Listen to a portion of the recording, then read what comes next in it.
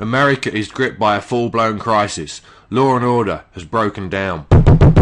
This guy is hammering your door down, and he has a loaded weapon. Your heart is thumping 10 to the dozen. You're terrified. Your family is in mortal danger. You have one chance to get this right. One chance to save the lives of the people that matter. What are you going to do? Well, pay attention and stop what you're doing. The following video presentation will save your life. You're going to learn from someone who's experienced a real-life crisis firsthand. We've all seen it on the news, heard it on the radio.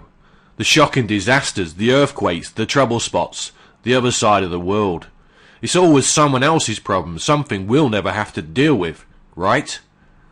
Well, for most of us that might be true for now, but I hate to be the bearer of bad news. What would happen if you suddenly found yourself in a disaster, on your doorstep, in your backyard? It was your disaster, your earthquake, your flood, or your country's civil unrest. Would you cope? Would you know how to survive? Would you know what to do? The answer to that right now is probably not, and here is why.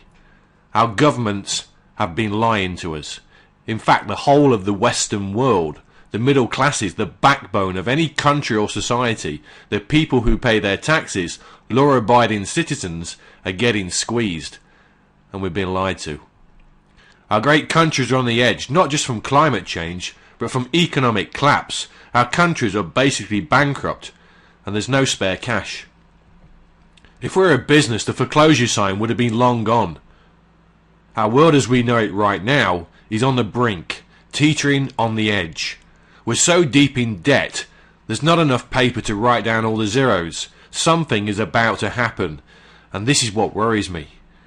Now, you're probably wondering, what does some limey British guy know about a crisis? My name is Dan Taylor.